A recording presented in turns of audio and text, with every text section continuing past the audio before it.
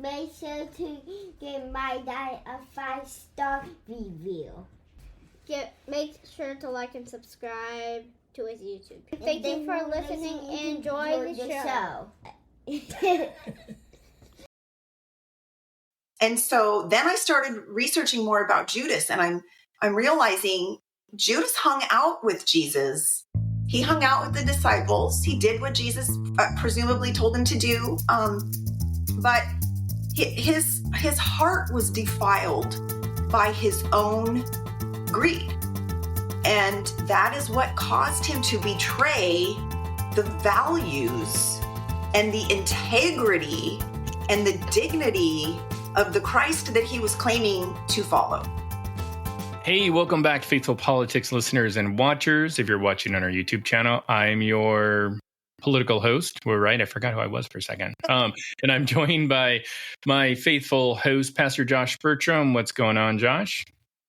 Hey, well, it's good to see you.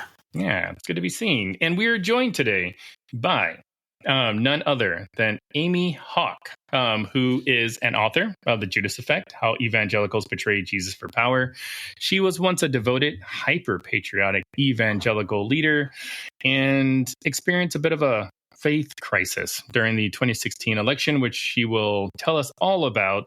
And she has a pretty compelling story to tell us all about heartbreak, resilience, renewed faith, and just what she thinks about the church in general. So we were just so happy to have her on the show. And yeah, welcome to the show, Amy.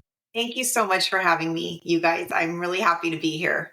Yeah, we're really glad to have you. Just to clarify, you're not related to Tony Hawk, right? I'm not, but my husband is a skateboarder and he loves when people ask that question. Okay. Perfect. Good. It's like his hero, one of his heroes.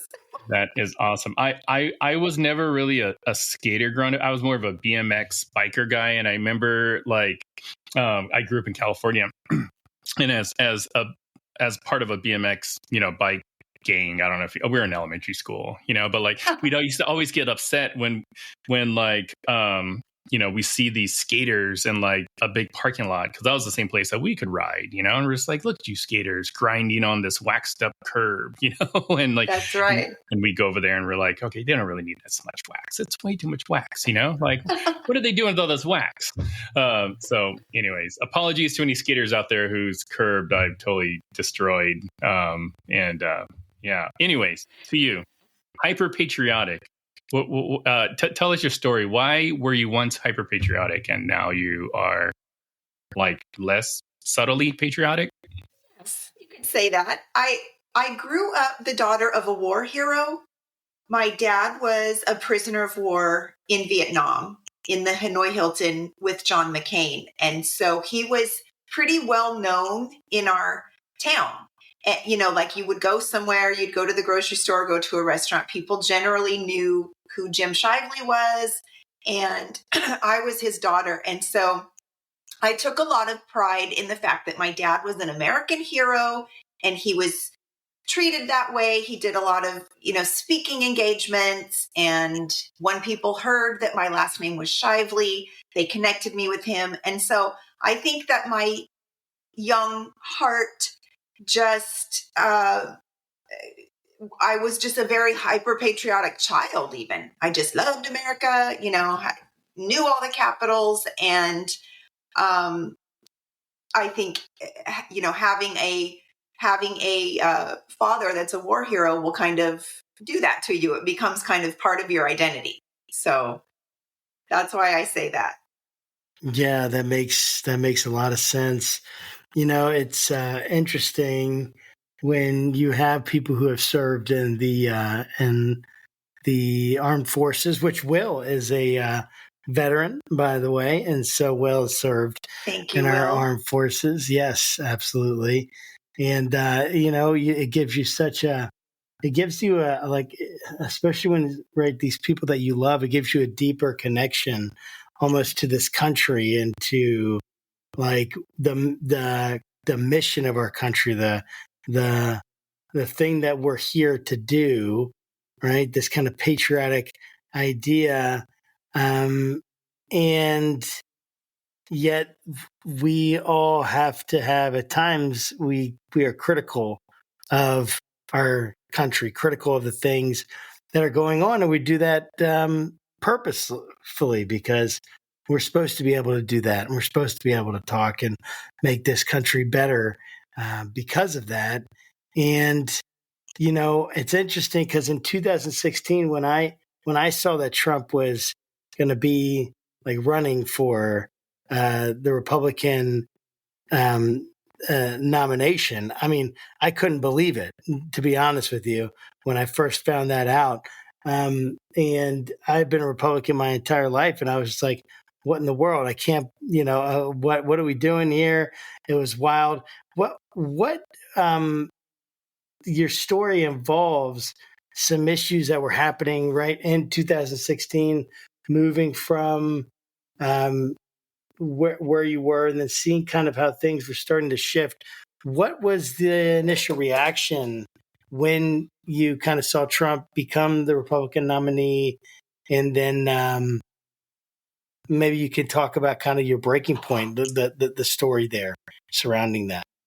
Well, I was devastated because by that point he had already made disparaging comments about John McCain, which, as you can imagine, filled me with rage. My dad was shot down from a fighter pilot. My dad was obviously extremely courageous man, and he was shot down over Hanoi and held in captivity for 6 years. So I almost could not believe that any true patriot of America who had served or had a family member who served could possibly remotely even vote for a man who would disparage some of our nation's finest heroes. And so that was personally devastating for me.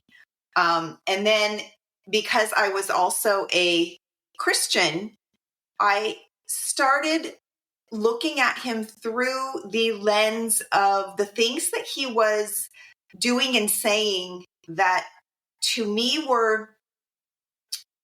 he was kind of putting up this facade of following Christ. Like, you know, I'm going to be here for the evangelicals. I'm going to give you everything you want. But he had no actual substance of it. And to me, that was a huge, huge red flag. So, yeah, and it's been a journey ever since then of trying to figure out how he has gone about seducing so many people and really how to warn about him, about who he really is. You know, like part of your story as well, I mean, it's not only about sort of your journey from being this hyper-patriot, but it also involves like your faith as well. And I'd love for you just, you alluded a little bit just now and in your book, I'd love for you just to kind of just talk to us about your faith journey, you know, starting from whenever, you know, if you grew up in the church or whatnot, you know, the things that you're kind of taught to believe about Jesus and the Bible, and then how your beliefs intersected with how you felt about, you know, Trump, who garnered like 80% of the evangelical vote in 2016. Okay. Well, neither my husband nor I were actually raised in the church, but we were both raised in homes that were big on kindness and hospitality and following the golden rule, do unto others as you would have them do unto you. My mom impressed that upon us from the time we were very small. The reason that we didn't go to church when I was growing up is because both of my parents had been raised in the church, and both of them saw extreme hypocrisy, that they didn't want to raise us in the church. They wanted to raise us with Christian values, but outside the church. So it's a very interesting story. I think a lot of people of my generation didn't have parents who were kind of clued into that, but mine were. And so, but when my husband and I got married, we decided to go to church, and we weren't very even sure where we stood with God or if we were looking for him. We went with some friends who invited us to go. We were all in our young 20s. And so we thought, okay, we'll just go a few times and see what it's about. And then we'll just go back to our regular lives. We kind of looked at church as like if it was a hobby you would do on the weekends, like tennis or golf. And so we went a few times, and those messages that we heard, we really connected with. So this would have been back like 1999, in the early 2000s. The message was of kindness towards neighbors, generosity of spirit. You have a loving Father in heaven, and he loves you so much, and he wants you to go out and share his love with the world. And so we could easily embrace this message. And then we both got into Bible studies. And the next thing you know, I'm on staff at the church. My husband was leading a major ministry. I say it's funny because in the space of 3 years, we went from not even knowing if we believed in God to leading large ministries in a large church. So we dove into evangelical waters head first, and we did not come up for air until 2016. That is pretty wild. I shared a story with Josh recently about when the first church I ever attended was with my wife, because I wasn't raised in a church either, but my wife is a PK. She was a pastor's kid. So we went to this church, and within probably the first month, I was on stage leading worship, and didn't even know enough about like worship songs. I'm like, hey, I don't know any, like, what's that one song, Hallelujah? Like, let's just play that one. And my wife's like, that's not a worship song. And I'm like, what? It's got the word hallelujah in it. You know, I'm like, Christians are so weird. So I feel you. I totally feel you on this. But where were you living at the time, and what church were you going to?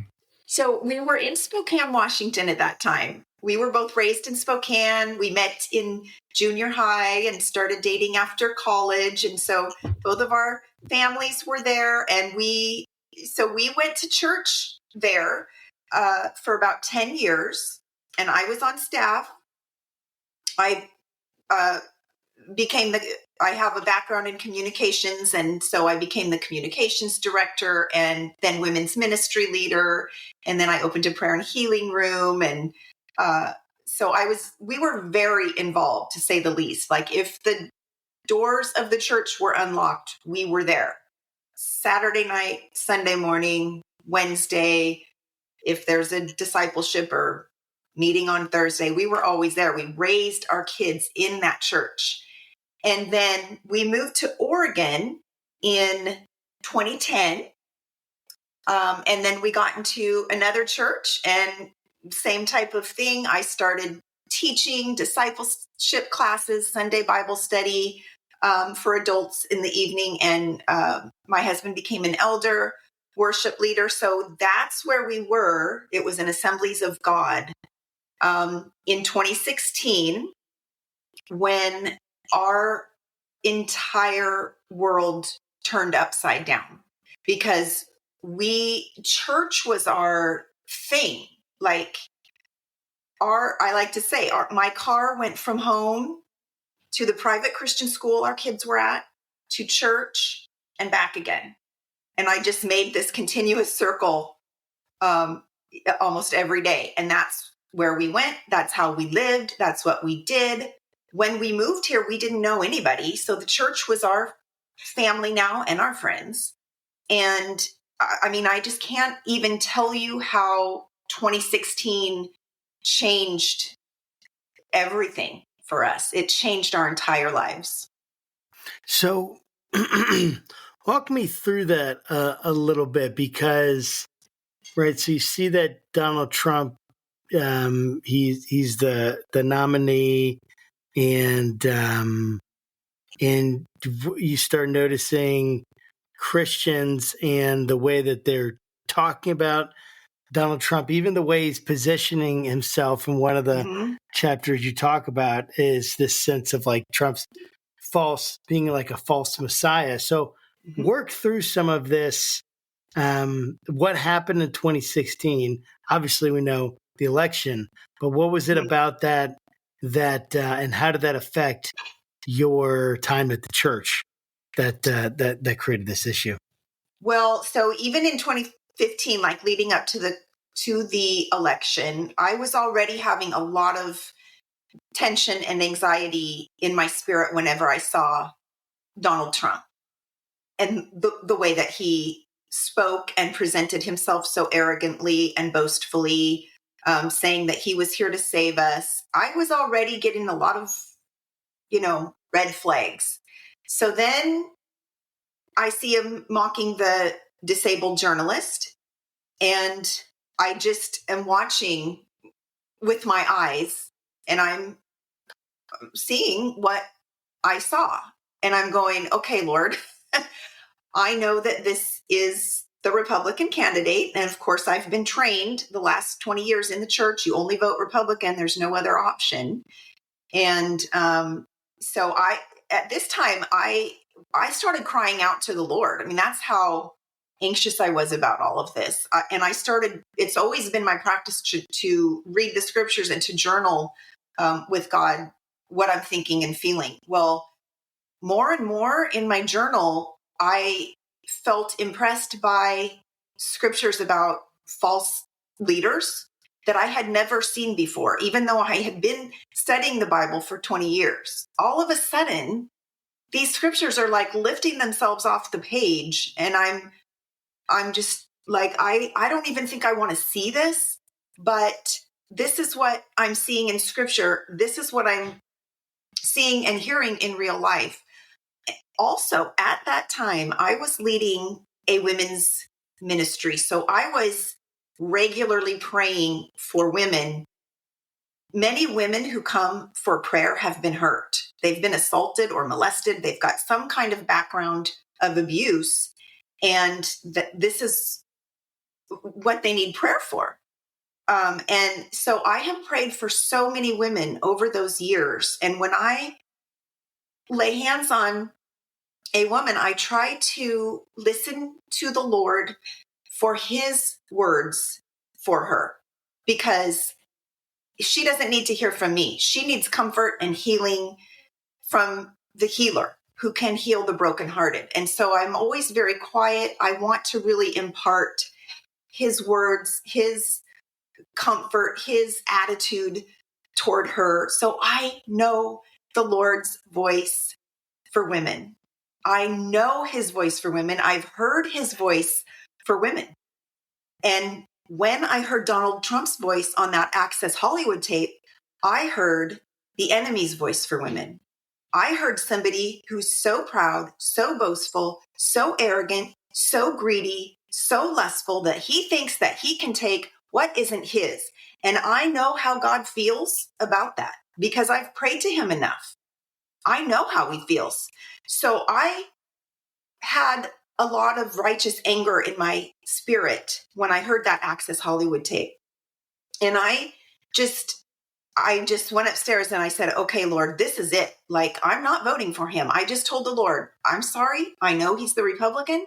I will not vote for him because I know what hell sounds like. And that was it. And I threw open my Bible to the book of Jude. I never read the book of Jude. I had no idea what Jude was about even. But somehow I just felt impressed to read the book of Jude. And I had just gotten a message version of my Bible for Christmas. And so I had this message version, and I opened it up. And the book of Jude is about dangerous, false men infiltrating the church for their own benefit, for their own glory, grabbing anything they can get their hands on. These are the words of in the Message translation. And I knew right then, this is what the Lord is telling me. And I just knew he's grabbing anything he can get his hands on. And if that means partnering with the evangelical church. That's what he's going to do to elevate himself. He is feasting without reverence for God with God's people so that they will elevate him. And that's when I realized God was saying, all of this journaling you've been doing with me is actually a book. And so there's a chapter called Grabbing Anything. Yeah, and I want to talk about that. Like, so the title, the Judas Effect. I always ask this from authors because having spoken to so many, I think I get a good sense of, like, was this title chosen by the writer? Or was it chosen by the editor? So I'm always careful about, like, when I ask people about the titles of their book. But could you maybe talk a little bit about the Judas Effect, and the subheading too, the how evangelicals betray Jesus for power? So give us the history of the Judas Effect. Okay, well, I started researching Judas because this whole thing started feeling like a huge betrayal to me. I started seeing that some of the leaders in the evangelical church, they knew what Trump was about. They knew he was misogynistic. They knew he was abusive. They knew he was a criminal. I mean, it takes a very easy Google search to find out how he has treated his business partners and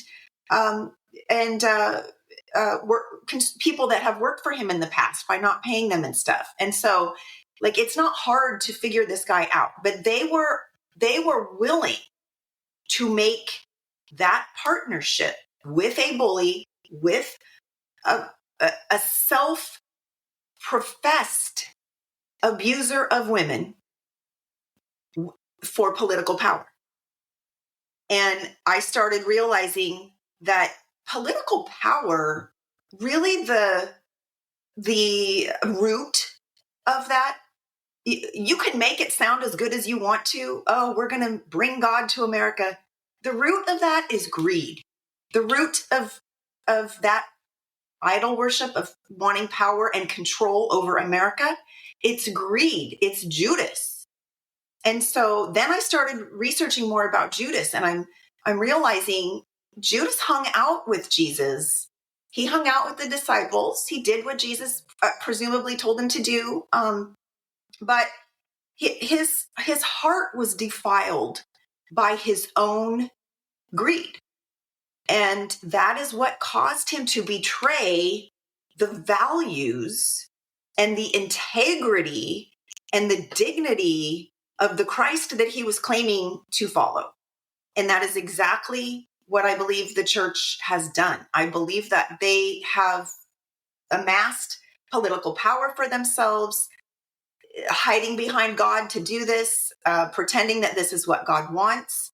And in the meantime, our capacity for telling the truth, our integrity, our dignity has, we have betrayed our mission, which is to represent Christ, to represent him well on earth, not to come with dominion over the top of people and tell them how this country should be.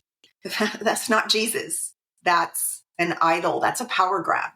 So that's why I named it the Judas Effect, how evangelicals betrayed Jesus for power. And I think this has been going for a long time. And it's continuing to this day. I think some people are starting to connect the dots here, but many aren't. I mean, they're just in it.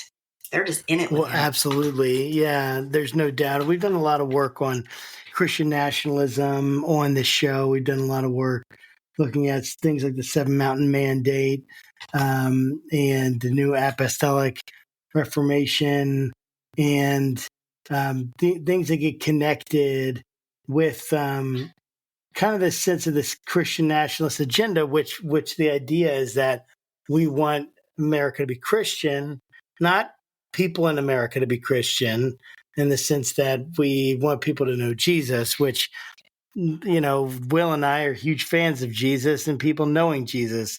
But it's about we want a particular Christian culture, and we want everyone to be forced essentially to be a part of that culture or to look like that culture and represent that culture and mirror that culture. And so we've done a lot of work trying to work through that. And I'm curious, when you started to, like, when you went through this journey of seeing what was going on with Donald Trump, of sensing that this isn't right, this isn't the right thing, kind of knowing inside this deep intuition about what is, a voice that is from God, what is a voice that is not from God, from the enemy. And so, which I think is awesome. And so the question that I have is, like, when you started to notice that, what happened in the church itself, or even among like different evangelicals in your circles? How did that get, how was that received by the people around you? Not well. Not well. So that therein lies the trauma of the whole thing, is that I was leading a prayer. We were leaders in the church. So I was leading a prayer and ministry. I had people coming up, let's pray for Donald Trump, and I'd have to say, I'm not going to pray for him to be president. It started to get to where we just didn't feel comfortable in our congregation. And I want to make it very clear that it wasn't our lead pastor. He understood how my husband and I felt, and he was very, very understanding and a very good shepherd. But when I started looking up the chain of authority in the Assemblies of God, at some of the statements that they were making, I became very uncomfortable that, if there are leaders in positions of authority that are pushing him forward and enabling and defending and celebrating and pushing their sheep toward him, essentially, we can't be part of that, because that we can't be under that type of authority. So I had a blog at that time. I'm a writer.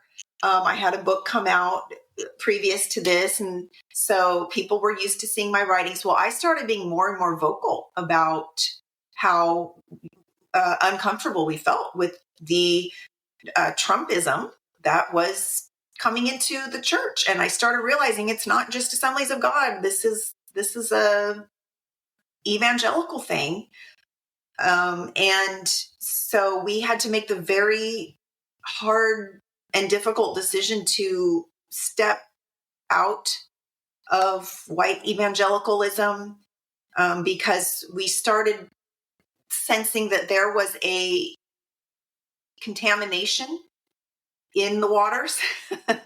And we had been swimming in them for so long that we didn't recognize it until 2016. But it became very apparent that some of the doctrines that we were being taught are like Republican doctrines that are not Jesus doctrines. And so there's just too much crossover. And so it was excruciatingly painful to step out, but we knew it was the right thing to do for our own journey with Christ. And there was some shunning, which I know other people that have left churches have said that they've experienced, and that's always hard. But yeah. So Amy, so when you stepped out, like, of the experience, talk to you about that more. Like, what do you like? How did you actually come to that place where you're like, yeah, I need to step out of the white evangelical experience? Like, how did you know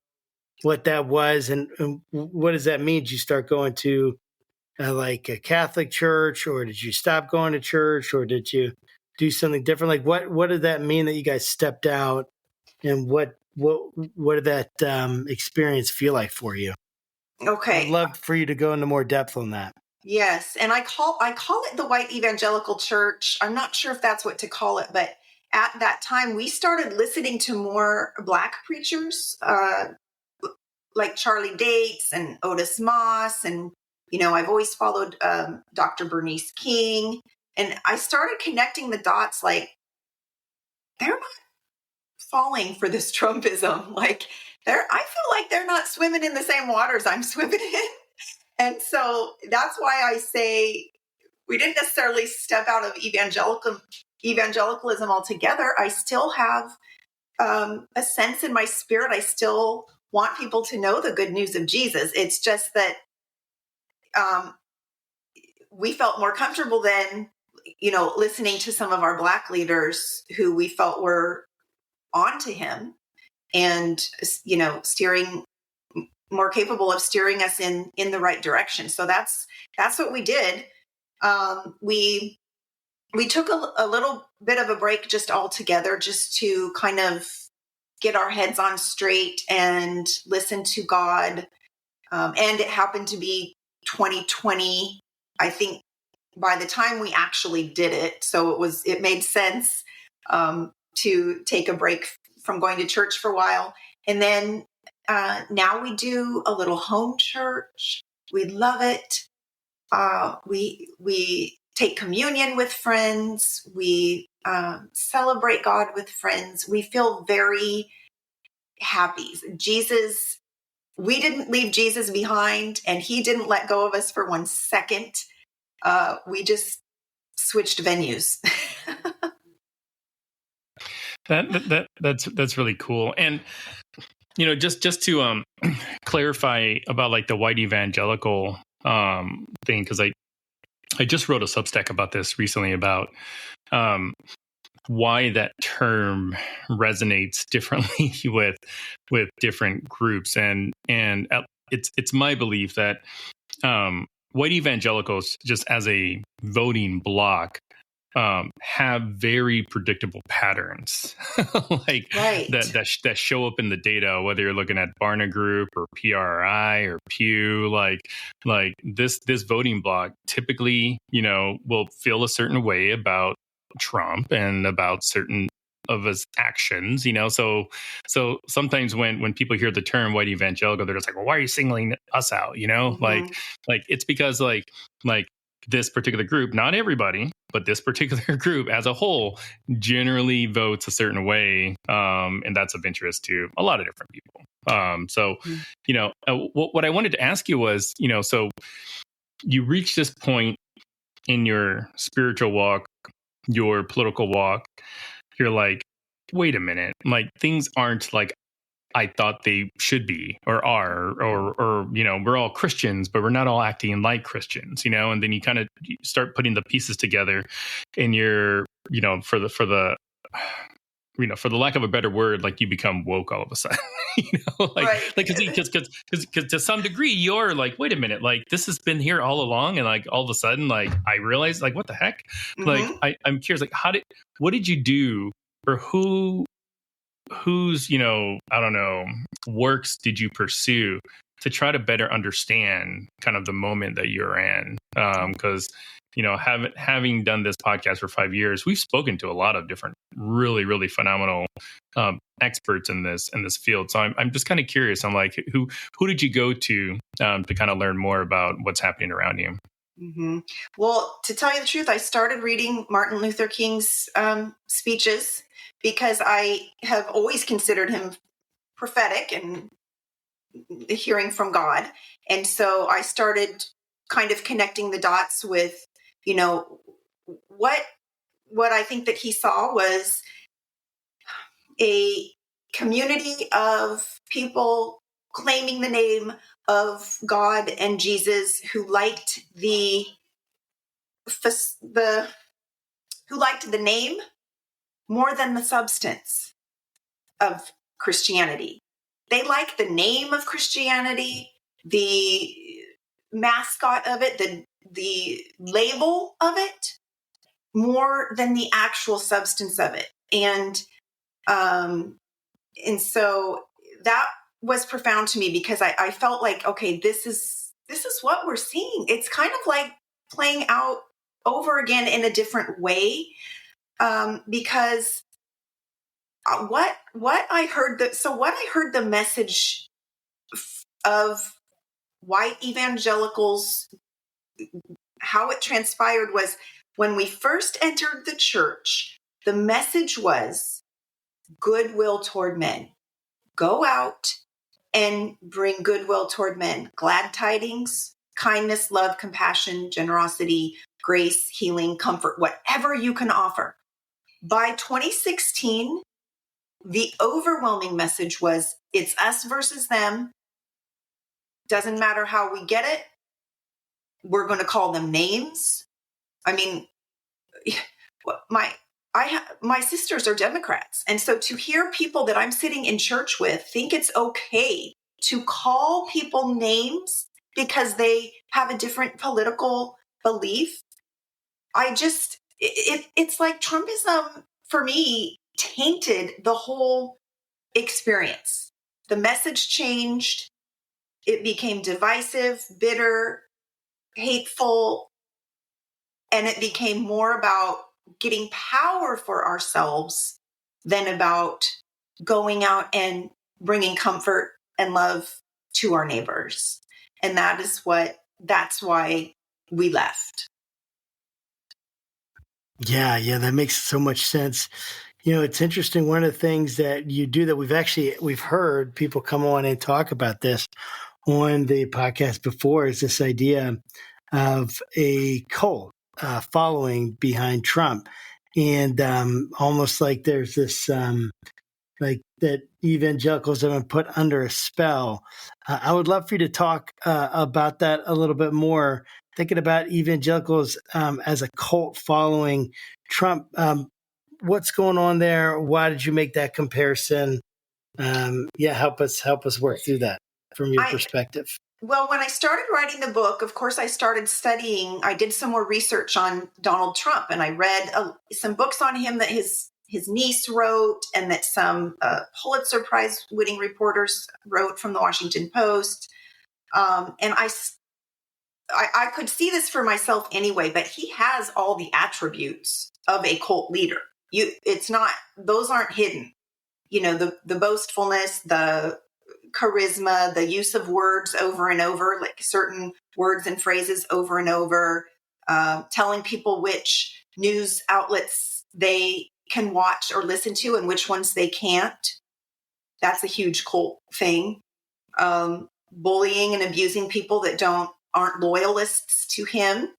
Instead of taking information in wisely, he's just not able to do that. He's too arrogant. So it's all about him. It's all about surrounding himself with loyalists. And that this has been clear since 2015 and even before. And so I started realizing that this is the same as if you would look to any cult leader. This is how they do it. This is how they operate. So you look or study any cult you want to, you're going to see these same things. You're going to see probably in most cults misogyny and abuse of women too. So then I started realizing in the scriptures that there is when it's talking about a false leader, which now I see cult leaders as false leaders because they've been elevated into a leadership position, but not by God, because they have a self-elevating spirit. That's what makes them false. That's what makes them counterfeit. So I started recognizing that they have powers of seduction. So you see this in the book of Jude, that it says when these men come in, they are going to enchant you with bombastic speeches. Enchant you with bombastic speeches. Galatians 3:1 says Paul is crying out to the church at Galatia, who has bewitched you? And this is in the context of men coming in and giving them a false leader. We see this with Simon the sorcerer. We see him hiding behind God, but he's doing sorcery and magic. And then we see in the book of Revelation. So there are several places in the Bible, and I talk about these in my book, where some false leaders gain so much authority and power because they know these techniques. And that's Trump. So I do believe, and then in 2 Corinthians 11, it says that Paul is warning them that, he's worried that they are going to be led astray from their pure devotion to Christ by a false leader with a false gospel, false agenda. So it's all in there. And I think to myself, if all of those verses, there's more than 100 verses in the New Testament about this stuff. If all of them weren't written for today with what we're seeing right now, I don't know why God bothered to put them in there. Seriously, every single thing that the Lord warned us about pertaining to a false leader is playing out right in front of us, but some of us don't want to see it because it inconveniences our politics. So far you've talked about your faith journey, how that kind of all was affected kind of with Trump coming into the political arena. But I'm curious about your political journey. Based on what you've said, I'm just going to make a broad assumption that you were probably raised conservative or something along those lines. Trump has ran for president the last, 3 elections. So if you're a Republican, and I know this because I talk to Josh all the time because he's a Republican too, you're looking at the ticket and you're like, I don't know who to vote for because I'm definitely not going to vote for the Democrat because I want to at least maintain somewhat of my dignity. I'm speaking as a Republican. So how has this experience kind of shaped how you think about politics, partisanship, and so on? Well, I mean, I was very Republican. I voted for John McCain, voted for Mitt Romney. Those libs, you mean? What? Yeah. Those libs. It's so funny because you say that, and they to me are representative of what the Republican Party used to be. I think Trump has contaminated it. So yes, I was very, very conservative Republican. Let's just say I'm independent now. I can't, let me just say this.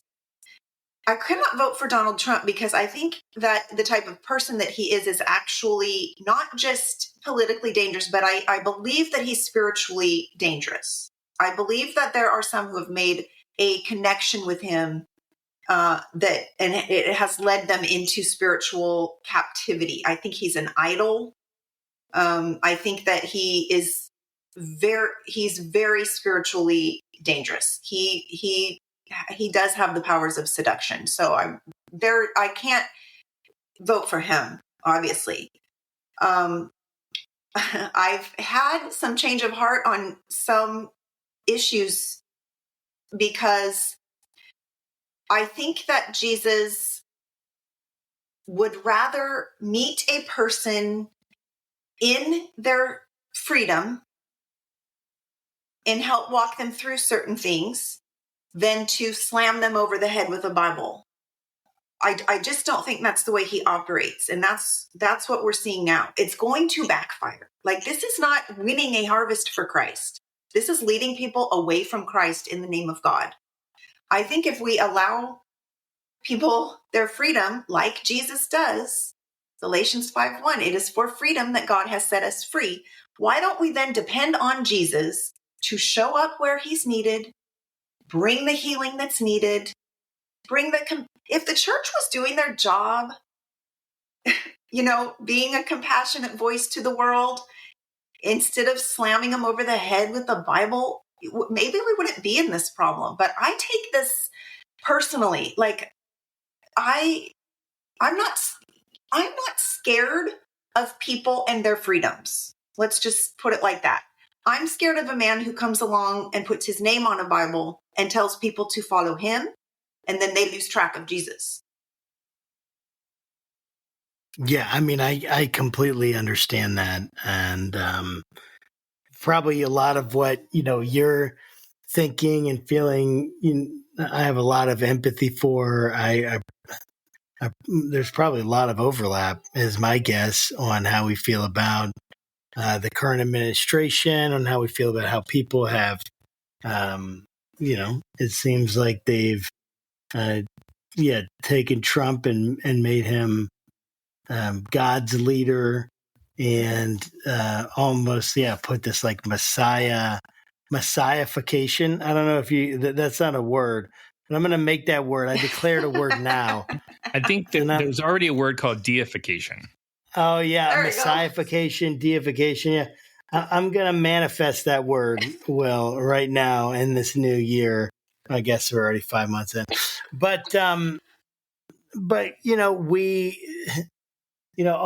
everyone we want the divine on our side because we want, power and we want control.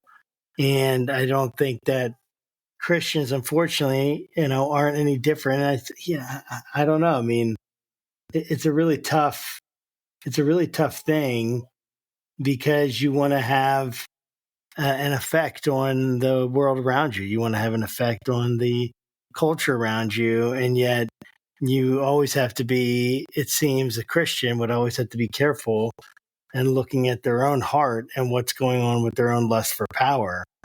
And it's like what the Bible, go into the Bible. It's funny because we are so, we have so much access to the Bible more than by far, way more information than any past generation. And yet we're so biblically illiterate.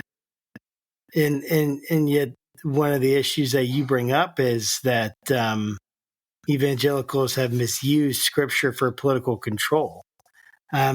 What do you think is going on there? Why are we doing that? And what do we need to do to get back to using the Bible in a way that's honoring God in our culture and context? Well, I was very involved, as you guys know, for a time with Seven Mountain Mandate and these type of theologies that teach you that Christians should be at the top of every realm of society, and that would include government and politics. So that was ingrained in me too, and it does make sense in your mind, the way that they teach it to you. Like, oh, that makes sense. God would want his people to be at the top making the rules. But the problem is when you really study the life of Jesus and actually the strategy of Jesus for reconciling people to the Father, it doesn't have anything to do with being at the top of anything. In fact, it has to do with humbling ourselves and coming alongside to serve. He says that's how you're going to make a difference in this world, is by washing people's feet. It doesn't have anything to do with getting to the top of any sphere of influence. And so I think that's been really over exaggerated in some church circles. And unfortunately, it's just picked up momentum as we've gone along here. And so then because it's been taught, then when Donald Trump came along, it was like, oh, okay, well, he's willing to offer us everything, we ever wanted, all the political, basically, control that we could have. What's not to like? And so then they're assessing it from that angle instead of assessing it from a spiritual angle in which Jesus was also offered all the kingdoms of the world, but he was not going to make a partnership with a bully in order to attain those. So I think part of it's just really just asking Jesus to give us his heartbeat for the world and see what he says. But I just know one thing for sure. This is not his strategy. This is not his strategy for reconciling the world to the Father. All this is doing is making people run away from God and from church, making people distrust the church. Do you know that? Yeah, that's right. Since my book came out, and I started, the YouTube, and I do video teachings on this and stuff. People tell me all the time, thank you for telling the truth. You're making me want to open my Bible again, because they can see the hypocrisy, especially some of the younger generation that's been raised in the church. They're like, we can see this hypocrisy. We don't trust our parents anymore. We're leaving the church. This is wrong. Look at what he's doing and saying about immigrants and these programs that he's cutting, for people that are most in need. It's the exact opposite of what Jesus wants. He's just hiding behind the name of God to do all of this. And, the younger people are onto him. So I think if the church were to stand up and say the truth and just denounce him altogether, and we could have a fresh start going forward with the gospel. But right now, how can we be trusted with the gospel, this most sacred message, when we're holding hands with a bully, abuser, misogynist, criminal? How can anybody trust the message that we have? That's the problem with it. Yeah, it's so true. And I'm really glad that you brought up this like community that you're finding, because I do think it's super important, because like we have spoken to a number of folks that have similar testimonies to yours. Some that have had, similar testimonies, but then like you tack on like a religious cult kind of on top of it. I mean, like we've spoken to a number of folks that somehow Trump has infiltrated churches in America, and it's just like you got these people looking for support groups just to kind of talk about what they're going through. And I'm just super happy that, folks are kind of being able to flock towards you to, kind of build that kind of community. But for those that haven't, watched your videos or read your book or any of that other kind of stuff, like what's one takeaway you would hope a new reader would take or get from your book? You're not alone. You're not going crazy. You are seeing things accurately. It is a cult. He is dangerous. You're not alone.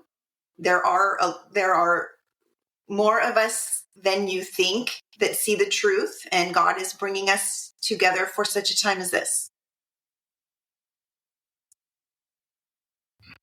Well, thank you so much, Amy, for just your time, your presence, your words, your advocacy. The stuff that you're doing right now is really, really important. I don't know if I can say that enough, because, for me, I'm a Democrat. I'm a Christian. I'm naturally like doomed by most of the religious right. They look at a person like me and they're just like, you're a heathen. So, but for conservatives that are Christians that aren't like Trump sycophants, my heart does go out to you all, because like that's an identity that you're trying to work through, that you've been told your whole life that has to vote, look, behave, act a certain way. And now you're like, wait a minute, like, but the thing that you want me to act, behave, and believe is being told to you by this guy who's been like divorced 3 times or something. So I totally get it, and I'm super thankful for just everything that you've done. So thank you so much for having me. Yes, where can people buy your book? Is there a preferred place that you would want them to purchase it? Well, I mean, it's everywhere, but I know these days people are trying to shop at the local family-owned stores more than on Amazon or Walmart or anything. So if you go to my website, there is a link for a small local bookstore, and they have signed copies there. So it's available that way. And then, I'm on YouTube. What's your website? amyhawk.com. Awesome. Yes. And then I kind of love how you called it a support group, because that was not my intention when I put the book out. But that's something that I feel like God has kind of built as it came out. And I threw a couple videos out there just to let people know the book was there.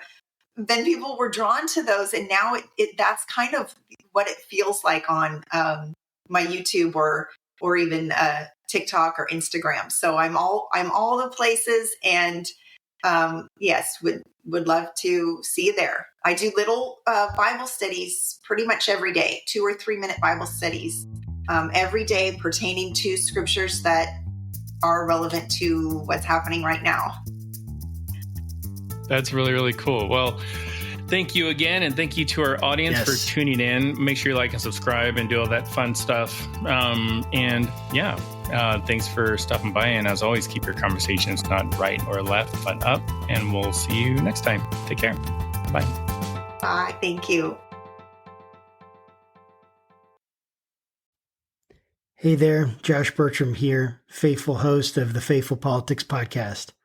I want to let you know about a compelling new spinoff, the Faith Roundtable, where I'll be interviewing top faith leaders, theologians, and scholars to unpack the pressing issues that are shaping the church in America today. We'll dive into topics like faith in public life, social justice, and how we can engage our communities more effectively. Make sure you don't miss any of our enlightening conversations by subscribing to it on our YouTube channel. Join me at the Faith Roundtable, where deep discussion meets thoughtful insight.